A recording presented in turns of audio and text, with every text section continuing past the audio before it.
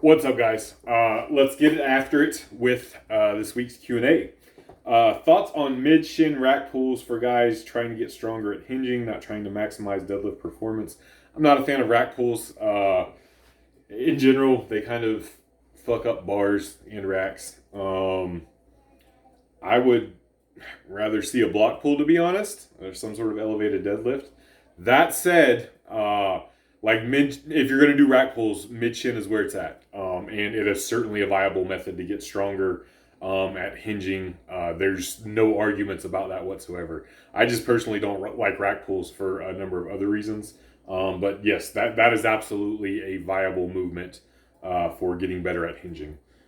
When was the last time I got into a physical fight? How did it start? And what was the outcome? So, like, an actual fight was my senior year of high school. I was looking for a fight. I hadn't gotten into a fight since middle school. And I didn't. This sounds stupid now, especially at 38 years old, thinking back on this. I didn't want to finish high school without getting into a fight in high school.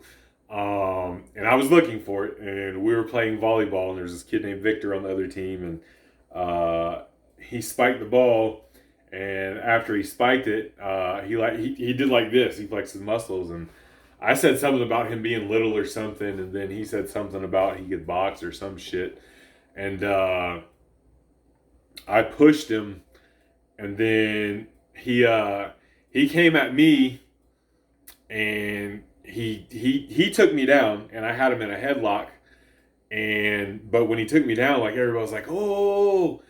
And at that moment in my head, I was like, "Fuck, I can't let it in like this." So I turned him over and I got on top, and I just fucking rained down like 6 right hands in a row. And then one of the football coaches came and broke it up. Funny enough, so they sent him off, and they took me in the locker room to cool down. Walked to the principal's office, and as I'm walking in the office, he's coming out with a big ice pack on his eye, talking about, "You lucky they broke it up, or I would have fucked your ass up." My sister happened to be in there. She was in trouble for something completely unrelated, and she told him, like, "Bro, look at yourself in the mirror and shut the fuck up." And we both ended up getting suspended, and then we ended up being friends, me and Victor, after that, because that's how shit used to work back in the day. You get in a fight and then you'd be friends with them. But I was totally looking for that fight because, like I said, I didn't want to end high school without getting in a fight. As an adult, like, there was one time back in 2018 where I put this dude up against the wall at the club because he talked to my wife in a manner that I didn't want him to talk to her in. But like, he bitched out real quick, and there was no fight to be had there. Fighting in general is stupid if it's not like in a place where it's some sort of sanction or controlled environment. There are way too many variables out there in the world. I would say avoid fights at all costs. Like, out in the world, you don't know who has what or who knows who, and ultimately it's not worth it. Has Dante ever done the "my dad is stronger than your dad" thing? Yes, and I am, and he will show them YouTube videos and shut them the fuck up, and it makes my little heart swell with pride. At what or when was the point in your life when you felt the weakest, and how did you overcome it, literally or metaphorically? Probably like in my early 20s. I was pretty making myself a victim. Not necessarily like with other people, but just, the world's out to get me type shit. I was smoking a lot of weed, and not that weed's necessarily bad and people can do what they want, but for me, it wasn't good. It made me very not motivated. It made me very lazy. Or I was very lazy when I was using it, not it made me. And I just didn't take a lot of accountability. I just kind of one day decided that shit wasn't for me. And it kind of coincided with a night out and taking some pills and fucking ending up with a negative bank account and a thankfully curable disease that antibiotics wiped out. but I knew like I had to fucking turn it around, and so I just I hate to say the old pull your bootstraps up, but that's kind of what I did, and I haven't looked back. Have you given any thought to martial arts? Yes, my son does jujitsu. He's been going to jujitsu for 2 years now. He just got a belt promotion a couple months ago. Probably gonna have to learn at some point so he doesn't grow up and kick my ass. It's been a schedule issue. Like I would have already jumped into it probably, but he and I go to bed very early. Like we go to bed at like 7:30. And the adult classes at the academy he goes to kind of bleed over into that, and I don't want to mess with his sleep schedule or mine. Um, but there's another one that's close to my gym, and I think they do no-gi classes at 6 a.m. I gotta see if those classes end at like 6:45. I can probably make it work. So and they offer a free month. So maybe after this meet, I might go take a look at that. Uh, you often, you often, yeah. Do you often have a moment where you've seen yourself naked and just nodded and been really proud, or do you always find flaws? I've never really been one to have like body dysmorphia or anything like that. So I know I have flaws, but I know we all have flaws, and shit doesn't bother me. I mean, let's be frank. I look pretty fucking good now, especially being 38 years old. I'll be 39 here shortly, and like the amount of Tinder matches I've gotten, being a little bit older than a lot of the crowd, being in shape and being financially stable are a fucking cheat code. But yeah, no, I don't really. I know I have flaws. I know we all have flaws. Doesn't fucking bother me. Uh, Most embarrassing, cringeworthy thing I've ever done. I mean, I could probably. I delete a lot of my Facebook memories as they come up. I posted some dumb shit a long time ago. I would have to remember specifics, but that's basically what Facebook memories is for me. Is point up the cringy shit that I've said before. I can't think of nothing off the top of my head right now. I'm sure there's plenty. There's definitely plenty, but I'm not having like a specific moment come to mind. Thoughts on heavy, light, and medium for hypertrophy, proximity to failure, going hard in the paint. If you're doing it with that, you're a-okay. What's the difference between 3x10 and 10x3 and other numbers too? All right, well, it's the intensity, and I would say, especially like a 10x3, you're getting 10 first reps. So in a powerlifting context, this is much better. You're going to be using a heavier weight more than likely. Um, your technique is going to be a lot better on all 3 reps, but more importantly, you're getting the 10 first reps. The first rep in powerlifting is the only competition specific rep. So you're getting 10 of those. So you're getting a lot more practice as such. 3x10, it's going to be a little bit lighter weight.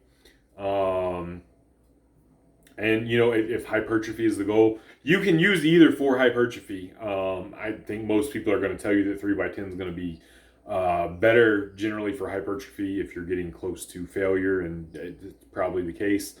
And it's going to be easier to recover from.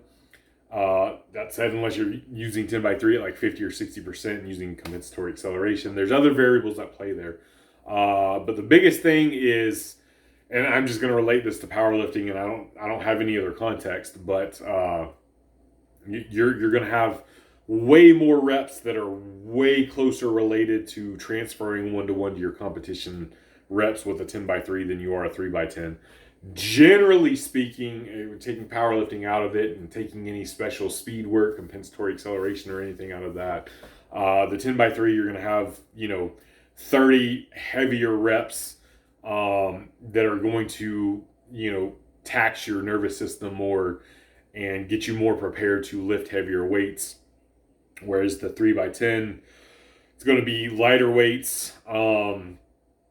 And you're going to Landon Basement Brandon had a great analogy that proximity to failure. If you're 1 rep away from failure, it's not the same with a set of 3 versus a set of 10, because if you're taking these steps, with a set of 3, you're taking a big step, big step, big step, and you're 1 rep shy of failure, but that next step is a big step, so you're still 1 big step away from failure. Whereas if you're doing 3 sets of 10 and say you're 1 rep shy of failure, or you're taking these smaller steps and you take that 10th step and you're still technically 1 rep in reserve, but you're this close to failure. Whereas with the set of 3s, you're this close to failure. And I thought that was a really good analogy, the way he put that towards in perspective to or in relation to hypertrophy. So yeah, quite the big differences there between those two, even though technically the volume is the same. What do you think are the best ways to increase grip strength? Holding on to heavy things, and I think attacking it from numerous angles of getting after it. So crushing strength, holding strength, and pinching strength. I think training all 3 of those strengths in relation to grip is going to help. Like specific to powerlifting and deadlift, heavy holds are obviously going to be the best by far and away. But like using fat bars, fat grips, things of that nature, captains of crush. Ed Cohen liked to take the binder clips that you have to squeeze to open them up, and then they clip onto binders and papers, and he would individually train each finger with them. And he said if you could get your pinky and your thumb to squeeze the binder clips all the way easily, you'll never drop a deadlift. So I training grip in every facet, like I said, to be able to hold, to be able to crush, to be able to pinch, and your individual fingers and their pinching strength too, is going to be the best, in my opinion. Can you walk us through one standard interpretation of linear periodization? This video is already 12 minutes long. Benefits you found and drawbacks. So if we'll just take 5x5s, good old 5x5s, adding 5 or 10 pounds a week. It's great because it teaches you patience. You have to start and give yourself runway, and I'm talking in terms of building strength here. But it teaches you to trust the process, just because those first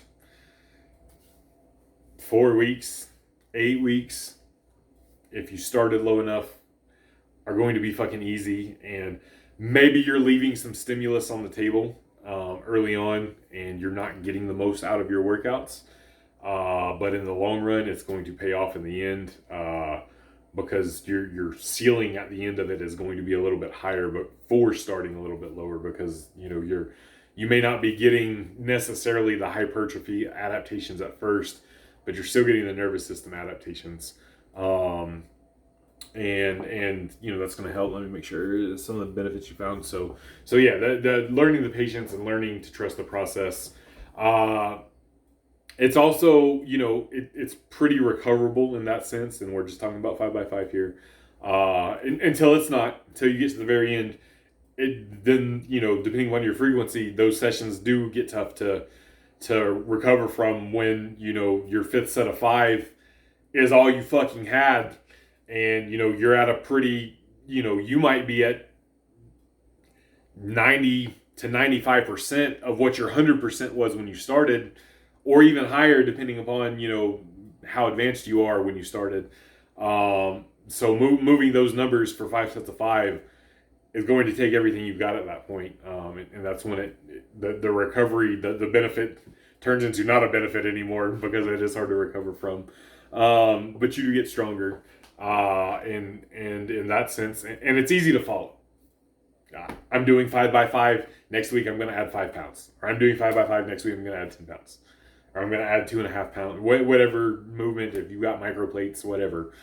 It's easy. You don't have, it's thoughtless. You take the mental part out of it. You don't have to think about your programming at all, and you can apply that to 3x6 or 4x8 or 4x4 or whatever. You're doing just a standard linear periodization. Fucking thoughtless. I'm gonna do this, and I'm gonna add 5 pounds next week. Don't got to think about it. Going to go sleep at night. Not have to worry about programming my next week. Not have to worry about making changes, or anything of that nature. Thoughtless. It's great if you're the more athlete-minded athlete, for lack of a better term. Taking that mental aspect out, which is one of the great benefits of having a coach.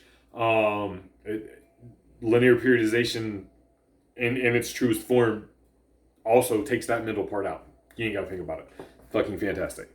And I could make a whole hour-long video. As far as drawbacks, so, that thoughtlessness and that learning patience, it's fucking boring. That's the number one drawback in my opinion. It's boring, and it takes a certain person to want to hammer their head into a fucking brick wall over and over again. This guy to want to do something like that, and not deviate. And even I over time, do want to deviate, and now I get to have a little bit more fun. I've been there and done it, but it's boring. It's really boring, and that's a plus for some people. For a lot of people, it's not. You're never deviating from the plan. Sometimes it's hard to get excited for it. It's like, oh, I gotta do another 5x5. I gotta add 5 more pounds. This week sucked, and I gotta add weight next week, or I'm regressing. And then again, in its truest form, your only option, if you're just sticking to the tried and true linear periodization, when you hit that plateau, is to reset. That's the only option. If we got into the weeds a little bit more, we could say, change the movement, etc. But then you start to get into block linear periodization. It's not really true linear periodization anymore. But all you can do to reset. And I think that's where a lot of people get it wrong. I think they should reset, because I think a lot of people will say, oh, I stopped making progress with my 5x5. My linear periodization gains are over. And then they I got to do conjugate now. I have to go do conjugate, or I have to do some extravagant, weird, other top secret ultra program to keep making gains. No, you can fucking reset. If you started at 185 5x5 and you added 5 pounds a week and you got to 245 5x5 and you failed the 5th rep of the 5th set, you could do two things. You could deload and try again and keep going, or you could do three things. You could try it again the next week and keep going. You could do a deload and then try again and keep going. What I think most people should do is to reset. And I think they should take a big step back, not take 10 or 15 pounds off. If you started at 185 and ended at 245, go all the way back to 200 or 195 and start again. I would about bet money that this time you're going to end at 270 or 275. And you could probably reset again. You could... Theoretically, you could do that for life. I'm not telling anybody to do that for life, and there is going to absolutely be a huge amount of diminishing returns at some point, but I think enough people don't reset. But that is the biggest drawback to true linear periodization in its truest form is the lack of variation, and then the lack of options. Until you get into, like I said, then you start getting into block linear and block periodization, and then you're kind of talking about something different, which is kind of my forte and what I like doing is a block linear, but then you're introducing variations and changing up variables and movements and things like that.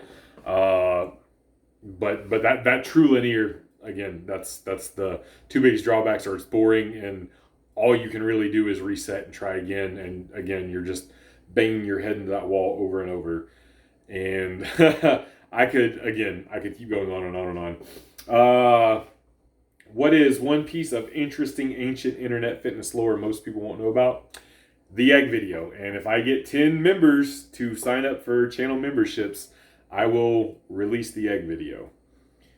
It has to do with the Boogs, Eric Bugenhagen. So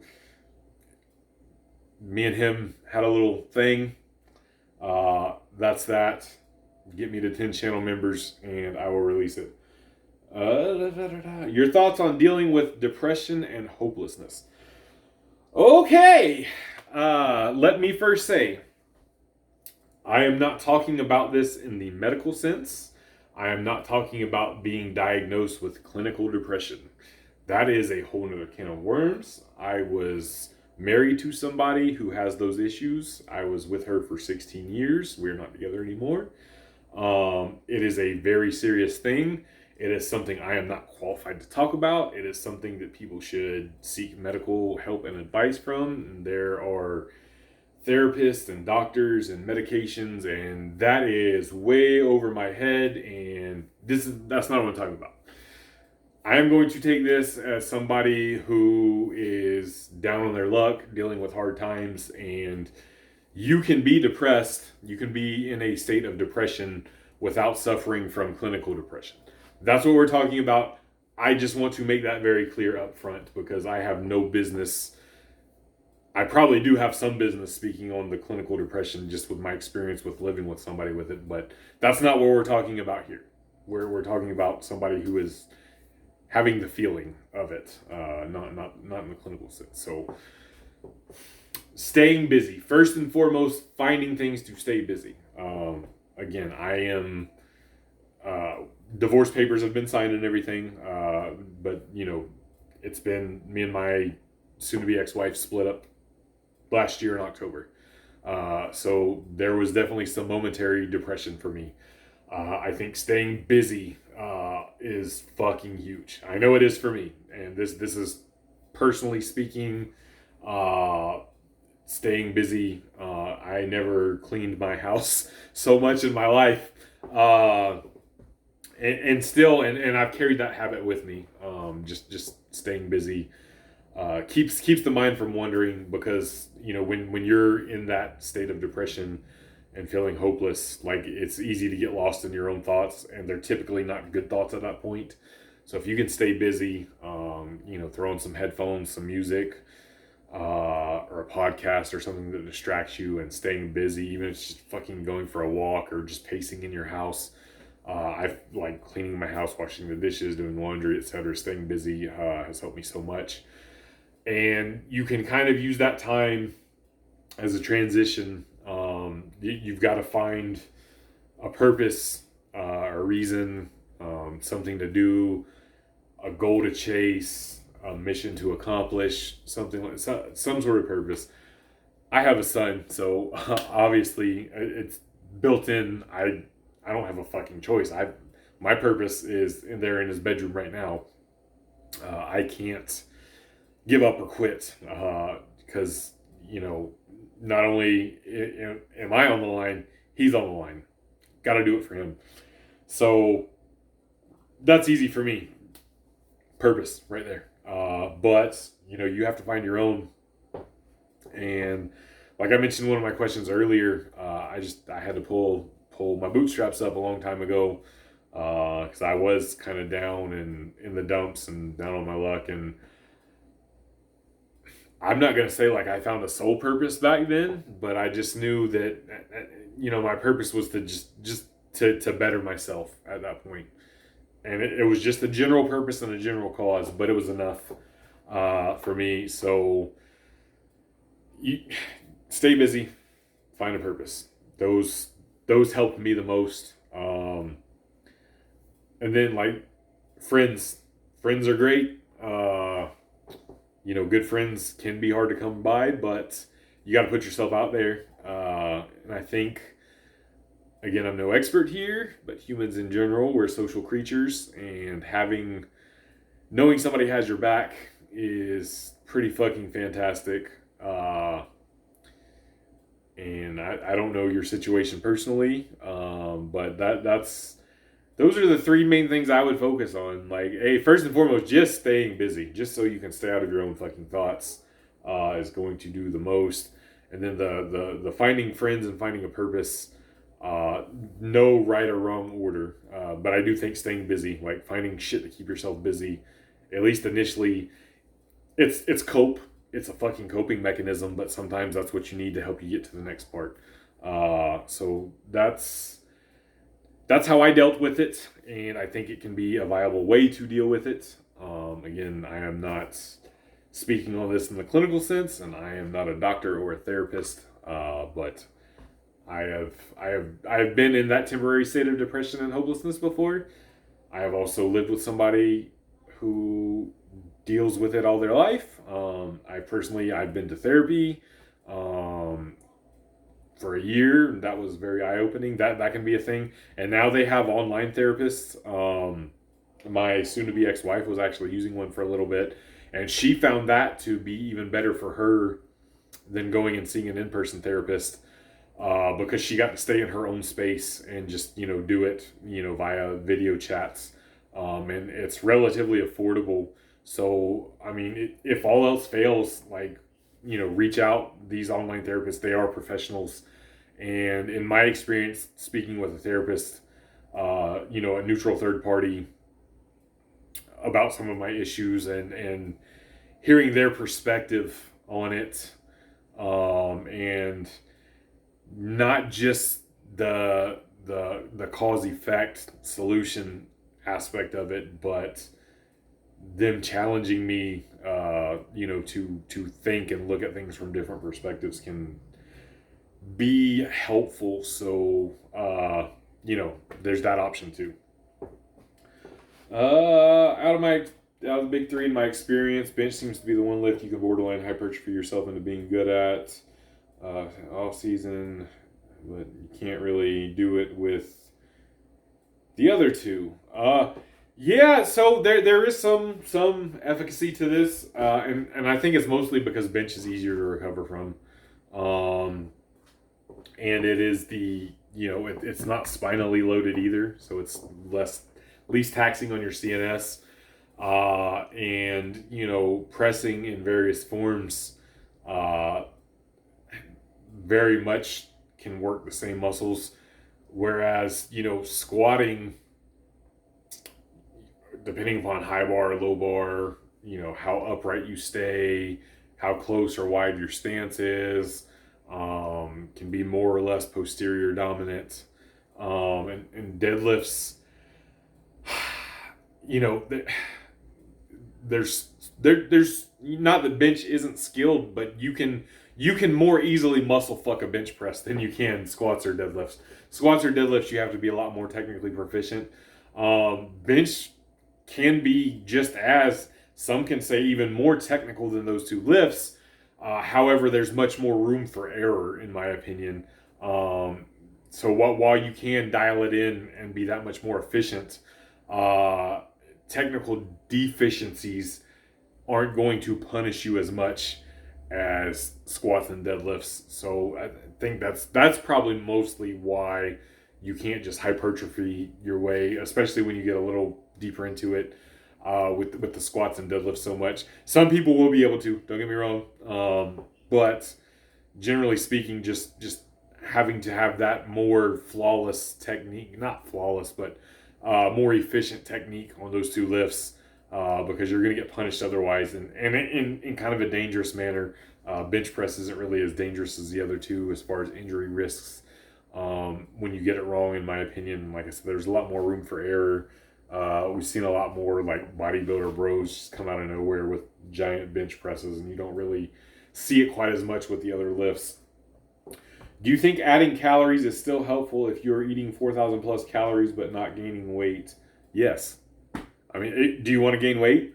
If you want to gain weight, then add calories. It doesn't matter how many fucking calories you're eating. Like, if you're eating 8,000 calories and you're not gaining weight and you want to gain weight, you need to eat 9,000 calories. and if that's not enough, then more. I mean, that's just how it works. Like, you gotta, if what you're eating now isn't allowing you to grow or gain weight, and you want to grow or gain weight, you need to eat more.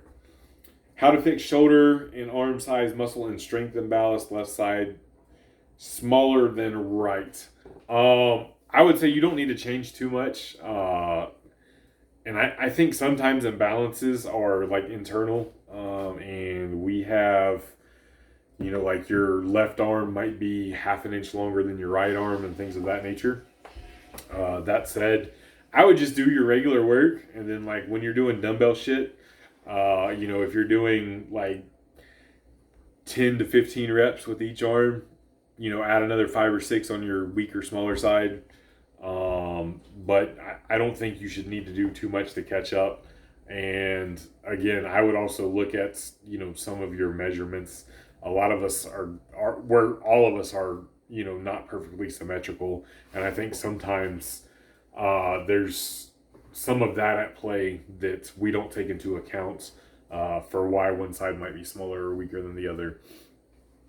Marvel versus DC. I'm not really into that a whole lot. I guess I'll say Marvel because I saw like in-game and stuff. I don't remember. I don't know if I've ever even seen a DC movie. Thoughts on Ab Wheel? Yes, do it. Ab Wheel's fucking fantastic. Your opinion on bulking or cutting as a skinny fat teen sitting around 17 to 18% body fat. You're a teen, you should be bulking. Eat, grow, lift, get fucking big. Take advantage of those hormones. Yeah. If you're a teen and you're under fucking 30% body fat, don't cut. Just grow and fucking train and get strong. Peace!